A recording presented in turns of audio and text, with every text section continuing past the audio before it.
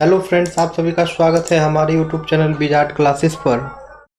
दोस्तों, आज के सेशन का पहला क्वेश्चन है, नागरिक अवज्ञा आंदोलन कब हुआ था? यानी कि सविनय अवज्ञा आंदोलन जो है कब शुरू हुआ था? तो यह हो जाएगा वर्ष 1930 में। वर्ष 1930 में जो है सविनय अवज्ञा आंदोलन शुरू हुआ था। दांडी यात्रा कहाँ से शुरू हुई थी? तो साबरमती आश्रम से। साबरमती आश्रम से जो है दांडी यात्रा शुरू हुई थी। फॉरवर्ड ब्लॉक की स्थापना किसने की थी? तो सुभाष चंद्र बोस ने। फॉरवर्ड ब्लॉक की स्थापना किसने की थी? तो सुभाष चंद्र बोस ने। भारत छोड़ो आंदोलन कब शुरू किया गया था? तो वर्ष 1942 में जो है भारत छोड़ो आंदोलन शुरू किया गया था। करो या मरो का नारा जो है किस आंदोलन से जुड़ा है? तो भारत छोड़ो आंदोलन से। भारत छोड़ो आंदोलन से जो है करो या मरो का नारा जो है जुड़ा हुआ है। साइमन कमीशन भारत कब आया था? तो वर्ष 1927 में। वर्ष 1927 में जो है साइमन कमीशन भारत आया था। बारडोली सत्याग्रह का नेतृत्व किसने किया था? तो वल्लभ भाई पटेल ने। सरदार वल्लभ भाई पटेल ने बारडोली सत्याग्रह का नेतृत्व किया था। भारतीय स्वतंत्रता अधिनियम कब पारित किया था? तो 1947 में। वर्ष 1947 में जो है भारतीय स्वतंत्रता अधिनियम जो है पारित किया गया था। ब्रिटिश भारत के अंतिम वायसराय कौन थे? तो लॉर्ड माउंटबेटन थे। ब्रिटिश भारत के अंतिम वायसराय कौन थे? तो लॉर्ड माउंटबेटन थे। असहयोग आंदोलन को किस कारण वापस लिया गया था? तो चौरी चौरा कांड। चौरी चौरा कांड जो हुआ था, यानी चौरी चौरा जो इंसिडेंट हुआ था, उसी चौरी चौरा इंसिडेंट के बाद जो है असहयोग आंदोलन को वापस ले लिया गया था। Hindustan socialist Republican association HSRA की स्थापना किसने की थी? तो भगत सिंह, राम प्रसाद बिस्मिल और चंद्रशेखर आजाद ने HSRA की स्थापना की थी। भारतीय राष्ट्रीय कांग्रेस नरम और गरम दल में कब विभाजित हुआ? तो वर्ष 1907 में। वर्ष 1907 में जो है भारतीय राष्ट्रीय कांग्रेस नरम और गरम दल में जो है विभाजित हो गया। ठीक है, वर्ष 1907 में। आगे आते हैं, लखनऊ समझौता किनके बीच हुआ था? तो कांग्रेस और मुस्लिम लीग के बीच। कांग्रेस और मुस्लिम लीग के बीच जो है लखनऊ समझौता हुआ था। ठीक है फ्रेंड्स। महात्मा गांधी के राजनीतिक गुरु कौन थे? तो गोपाल कृष्ण गोखले थे। महात्मा गांधी के राजनीतिक गुरु जो हैं गोपाल कृष्ण गोखले थे। प्रथम गोलमेज सम्मेलन कब आयोजित किया गया था? तो वर्ष 1930 में। वर्ष 1930 में जो है प्रथम गोलमेज सम्मेलन जो है आयोजित किया गया था। अब है, भारत छोड़ो आंदोलन के दौरान करो या मरो का नारा किसने दिया था? तो महात्मा गांधी ने। भारत छोड़ो आंदोलन के दौरान जो है करो या मरो का नारा किसने दिया था? तो महात्मा गांधी ने। क्रिप्स मिशन भारत किस वर्ष आया था? तो वर्ष 1942 में। वर्ष 1942 में जो है क्रिप्स मिशन भारत आया था। अब है फ्रेंड्स नेक्स्ट क्वेश्चन, वेवेल योजना से कौन सा सम्मेलन संबंधित है? तो वेवेल योजना से जो है शिमला कॉन्फ्रेंस संबंधित है। ठीक है, वेवेल योजना से जो है शिमला कॉन्फ्रेंस संबंधित था। 1946 के कैबिनेट मिशन का मुख्य उद्देश्य क्या था? तो यह हो जाएगा संविधान बनाना। 1946 के कैबिनेट मिशन का मुख्य उद्देश्य जो है संविधान बनाना था। 1945-46 के चुनाव में मुस्लिम निर्वाचन क्षेत्रों में किस दल ने सर्वाधिक सीटें जीती? 1945-46 के चुनाव में मुस्लिम निर्वाचन क्षेत्रों में किस दल ने सर्वाधिक सीटें जीती? तो यह हो जाएगा मुस्लिम लीग ने। दक्षिणी पठार मुख्य रूप से किससे बना है? दक्षिणी पठार जो है मुख्य रूप से किससे बना है? तो यह हो जाएगा आग्नेय और कायांतरित चट्टाने से। आग्नेय और कायांतरित चट्टाने से जो है दक्षिणी पठार मुख्य रूप से बना है। पश्चिमी घाट की सबसे ऊंची चोटी कौन सी है? तो यह हो जाएगा अनाईमुडी। पश्चिमी घाट की सबसे ऊंची चोटी जो है अनाईमुडी हो जाएगी। कौन सी नदियां पूर्वी घाट को काटती है? तो यह हो जाएगा गोदावरी, कृष्णा, कावेरी, महानदी। गोदावरी, कृष्णा, कावेरी, महानदी ये सब नदियां जो है पूर्वी घाट को काटती है। भारत छोड़ो आंदोलन कब शुरू हुआ था? तो 9 अगस्त 1942 को 9 अगस्त 1942 को जो है भारत छोड़ो आंदोलन शुरू हुआ था। क्रिप्स मिशन का नेतृत्व किसने किया था? क्रिप्स मिशन का नेतृत्व किसने किया था? तो स्टेफर्ड क्रिप्स ने। क्रिप्स मिशन का नेतृत्व किसने किया था? तो स्टेफर्ड क्रिप्स ने। अब है वेवेल योजना का मुख्य प्रस्ताव क्या था? तो यह हो जाएगा कार्यकारी परिषद का पुनर्गठन करना। तो वेवेल योजना का मुख्य प्रस्ताव क्या था?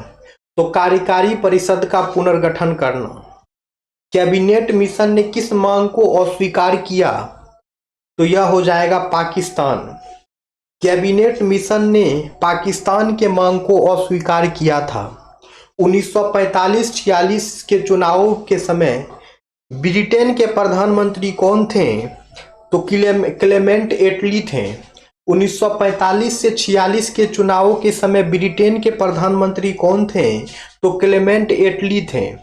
कौन सी नदी दरार घाटी से होकर पश्चिम की ओर बहती है? यानी कि रिफ्ट वैली से जो है कौन सी नदी होकर के पश्चिम की ओर बहती है? तो यह हो जाएगा नर्मदा नदी। यानी नर्मदा नदी जो है रिफ्ट घाटी से होकर के, दरार घाटी से होकर के पश्चिम की ओर बहती है। पश्चिमी घाट को और किस नाम से जाना जाता है? तो यह हो जाएगा सह्याद्री। पश्चिमी घाट को जो है सह्याद्री के नाम से भी जाना जाता है। पश्चिमी घाट को जो है सह्याद्री के नाम से भी जाना जाता है। अब है पूर्वी घाट की सबसे ऊंची चोटी कौन सी है? तो यह हो जाएगा अरमाकोंडा। पूर्वी घाट की सबसे ऊंची चोटी जो है अरमाकोंडा हो जाएगा। भारत छोड़ो आंदोलन के समय भारत का वायसराय कौन था? तो लॉर्ड लिनलिथगो था।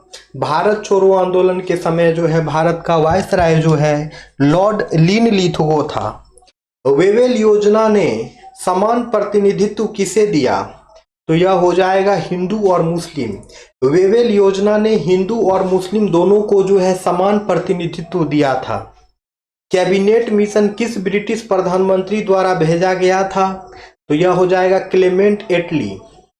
कैबिनेट मिशन जो है किस ब्रिटिश प्रधानमंत्री द्वारा भेजा गया था? तो यह हो जाएगा क्लेमेंट एटली। कांग्रेस द्वारा भारत छोड़ो प्रस्ताव कब पारित किया गया था? तो 8 अगस्त 1942 को कांग्रेस द्वारा जो है भारत छोड़ो प्रस्ताव जो है 8 अगस्त 1942 को पारित किया गया था। निम्नलिखित में से कौन सा क्रिप्स मिशन का प्रस्ताव नहीं था? तो यह हो जाएगा तत्काल स्वतंत्रता प्रदान करना। तत्काल स्वतंत्रता प्रदान करना जो है क्रिप्स मिशन का प्रस्ताव नहीं था। वेवेल योजना की घोषणा कब की गई थी? तो जून 1945 में। वेवेल योजना की घोषणा कब की गई थी? तो जून 1945 में। कैबिनेट मिशन में कुल कितने सदस्य थे? तो कुल 7 सदस्य थे। कैबिनेट मिशन में जो है कुल 7 सदस्य थे। अच्छा 7 नहीं, इसमें 3 सदस्य। ठीक है, ठीक है। तो कैबिनेट मिशन में जो है 3 सदस्य थे। ठीक है, आगे आते हैं। 1945-46 के चुनाव के बाद बनी अंतरिम सरकार में कांग्रेस का प्रतिनिधित्व किसने किया? तो पंडित जवाहरलाल नेहरू ने। 1945-46 के चुनाव के बाद बनी अंतरिम सरकार में कांग्रेस का प्रतिनिधित्व जो है पंडित जवाहरलाल नेहरू ने किया। दक्षिणी पठार का सबसे प्राचीन भाग कौन सा है? तो अरावली पर्वतमाला है। दक्षिणी पठार का सबसे प्राचीन भाग जो है अरावली पर्वतमाला है। पश्चिमी घाट कहां से कहां तक फैले हैं? तो गुजरात से लेकर के केरल तक। पश्चिमी घाट जो है गुजरात से लेकर केरल तक जो है फैला हुआ है। भारत छोड़ो आंदोलन के दौरान कौन सा समाचार पत्र प्रतिबंधित किया गया था? तो हरिजन समाचार पत्र। भारत छोड़ो आंदोलन के दौरान जो है हरिजन समाचार पत्र जो है प्रतिबंधित किया गया था। क्रिप्स मिशन किस ब्रिटिश प्रधानमंत्री द्वारा भारत भेजा गया था? तो यह हो जाएगा विंस्टन चर्चिल। क्रिप्स मिशन जो है किस ब्रिटिश प्रधानमंत्री के द्वारा जो है भारत भेजा गया था? तो यह हो जाएगा विंस्टन चर्चिल। शिमला सम्मेलन में किस भारतीय नेता ने भाग लिया था? तो मोहम्मद अली जिन्ना ने। शिमला सम्मेलन में किस भारतीय नेता ने भाग लिया था? तो मोहम्मद अली जिन्ना ने। कौन सा पठार जो है कोयला और लौह अयस्क की प्रचुरता के लिए प्रसिद्ध है? तो यह हो जाएगा छोटा नागपुर पठार, यानी कि Chota Nagpur plateau is known for rich coal and iron deposits, यानी छोटा नागपुर का पठार जो है कोयला और लौह अयस्क की प्रचुरता के लिए जो है प्रसिद्ध है। अब है पश्चिमी घाट के माध्यम से तमिलनाडु और केरल को जोड़ने वाला दर्रा कौन सा है? तो यह हो जाएगा पालघाट दर्रा। पश्चिमी घाट के माध्यम से जो है तमिलनाडु और केरल को जोड़ने वाला दर्रा जो है पालघाट दर्रा हो जाएगा। पूर्वी घाट किन किन राज्यों से होकर गुजरते हैं? तो यह हो जाएगा उड़ीसा, आंध्र प्रदेश, तमिलनाडु।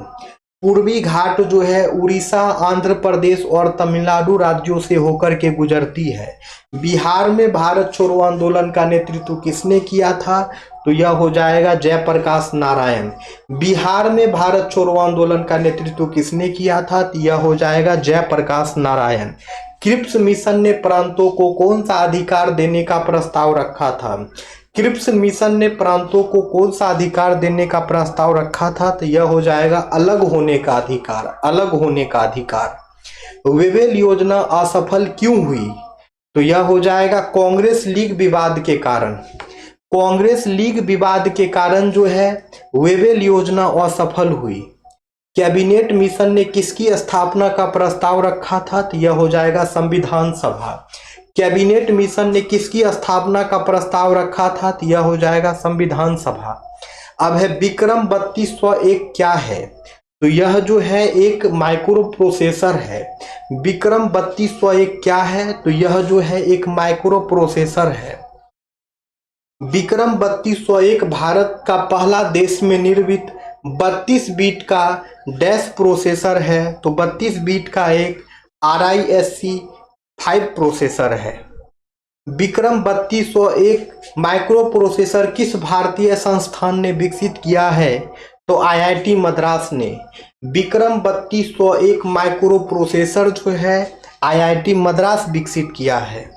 विक्रम 3201 माइक्रो प्रोसेसर किस पहल के अंतर्गत डिजाइन किया गया है? तो यह हो जाएगा शक्ति माइक्रो प्रोसेसर प्रोजेक्ट। शक्ति माइक्रो प्रोसेसर प्रोजेक्ट के तहत जो है विक्रम 3201 माइक्रो प्रोसेसर जो है डिजाइन किया गया है। ठीक है। विक्रम 3201 माइक्रो प्रोसेसर मुख्य रूप से किस प्रकार के अनुप्रयोगों के लिए डिजाइन किया गया है? तो यह हो जाएगा एम्बेडेड सिस्टम। एम्बेडेड सिस्टम के लिए विक्रम 3201 माइक्रो प्रोसेसर जो है मुख्य रूप से एम्बेडेड सिस्टम के लिए डिजाइन किया गया है।